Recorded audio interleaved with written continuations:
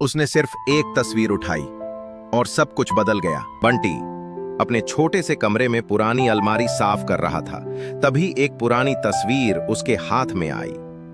उस तस्वीर में वो और एक लड़का हमेशा की तरह मुस्कुराते हुए खड़े थे, लेकिन इस बार कुछ अलग था। उस लड़के ने बंटी की जिंदगी तबाह कर दी थी। तस्वीर देखते ही बंटी को वो दिन याद आया जब उसने अपने सबसे अच्छे दोस्त टीटू के साथ एक सपना देखा था। एक दिन दोनों मिलकर स्कूल की सबसे बड़ी पेंटिंग प्रतियोगिता में जीतेंगे। बंटी के लिए वो सिर्फ एक पेंटिंग नहीं थी, उसमें उसका सपना था, उसका विश्वास था और उसकी दोस्ती की भावना थी। लेकिन एक पल में सब बिखर गया जब परिणाम वाले दिन टीटू ने उसकी पेंटिंग अपने नाम से जमा कर दी। बंटी तब सिर्फ 10 साल का था। वो कुछ समझ नहीं पाया।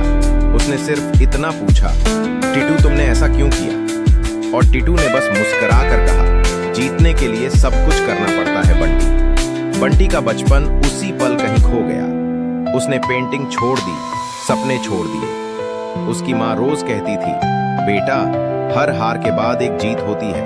लेकिन एक दिन बंटी को वही डायरी मिली जिसमें उसने कभी अपने सपने और स्केच बनाए थे। वो डायरी उसकी पुरानी पेंटिंग के पीछे रखी थी जिसे उसकी माँ ने संभाल कर रखा था।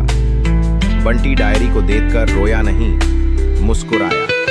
उसने तय किया अब दोबारा ब्रश उठाएगा, सिर्फ अपने लिए, न जीत के लिए न किसी के लिए, सिर्फ खुद के लिए। 3 महीने तक बंटी बस पेंटिंग करता रहा।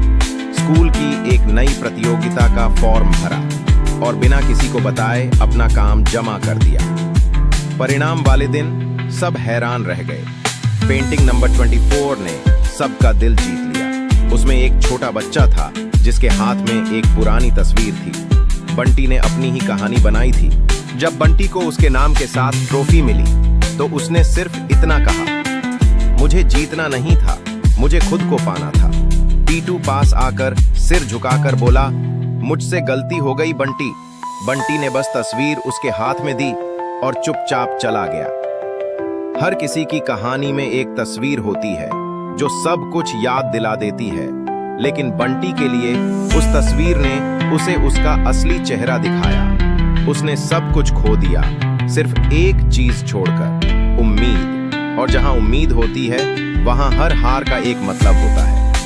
तो क्या आपने भी कभी किसी तस्वीर के जरिए खुद को पाया है? तो लाइक जरूर करें और टून पेबल को सब्सक्राइब करना न भूलें। शायद अगली कहानी आपकी हो। जिसने कभी कुछ खोया हो वही असली जीत का मतलब समझ सकता है।